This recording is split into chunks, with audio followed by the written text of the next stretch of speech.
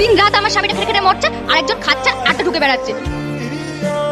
ওর চেহারা দেখলে গাছটিতে জ্বলে যায় আমার একেবারে। মানুষ এতটাই নির্লজ্জ বেয়া হতে পারে সেটা একে দেখলে বোঝা যায়।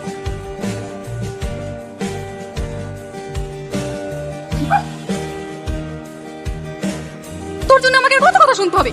এত ছেলের মরণ হয় আর তোর মরণ হয় না।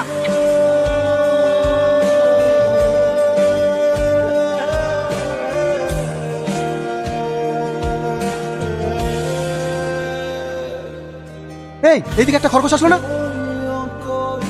হ্যাঁ এইদিকে গেল। ইস, একটুর জন্য হাতছাড়া হয়ে গেল।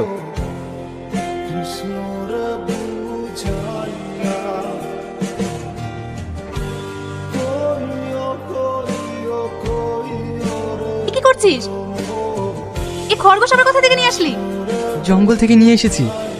এই করো, নিজে খাবার জোগাড় করার ক্ষমতা তো নাই। এইসব না করে একটা কাজ খোঁজ। বেকার বলে তো কোনো মেয়ের বা বিয়েও দিতে চাইছে না। আমার হয়েছে যত জ্বালা। মা, আমি এই সংসারে সবচাইতে বড় বোঝা বলো। যত সমস্যা সব আমাকে নিয়ে। কিন্তু বিশ্বাস করো মা, আমিও তোমাদের কথা শুনতে চাই না। আমিও অনেক চেষ্টা করি, যদি কোনো কাজ না পাই তাহলে আমি কি করবো বলো?